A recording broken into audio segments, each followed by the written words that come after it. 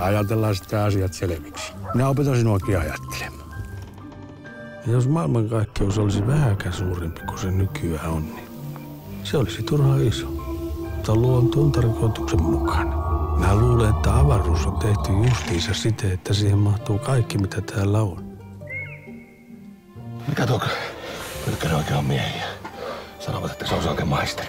Kahtokahan nyt eletään atomikautta ja keksinnöt loikkii sen mukaan.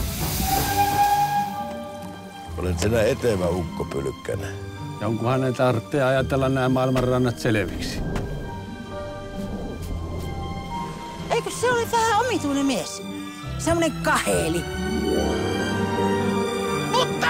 Pylkkänen! Nyt on kiire! Kohta saadaan pojat nauraa.